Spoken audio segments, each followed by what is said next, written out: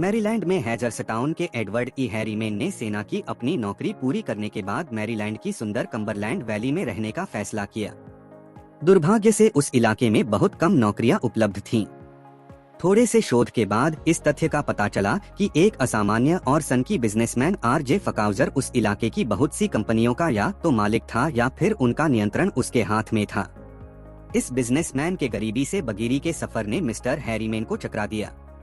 नौकरी खोजने वालों के लिए उस तक पहुंचना संभव नहीं था।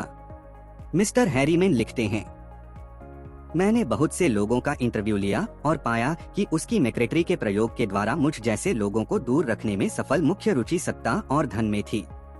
चूंकि वह एक समर्पित और कठोर हो जाता था, इसलिए मैंने उस सेक्रेटरी की रुचियों और लक्ष्यों का अध्ययन किया और इसके बाद ही मैं बिना अपॉइंटमेंट लिए सेक्रेटरी से मिलने गया।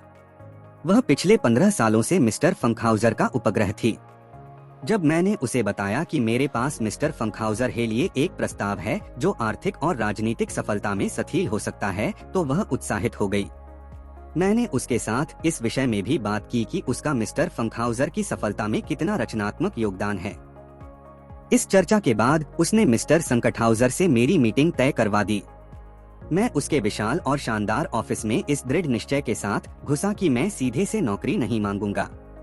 वह एक बड़ी सी नक्काशीदार डेस्क के पीछे बैठा हुआ था और वह मुझ पर गरजा, आप क्या कहना चाहते हैं? मैंने जवाब दिया, मिस्टर फंकहाउजर, मुझे यकीन है कि मैं आपके लिए पैसे कमा सकता हूँ। वह तत्काल उठा और उसने मुझे एक बड़ी सी शानदार कुर्सी पर बैठने का निमंत्रण दिया।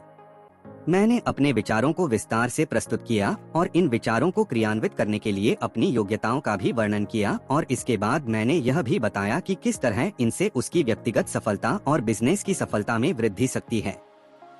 आर.जे. ने मुझे तत्काल नौकरी पर रख लिया और 20 साल से भी अधिक समय से मैं उनके बिजनेस का हिस्सा बना हूँ और इससे हम दोनों को ही लाभ हुआ है।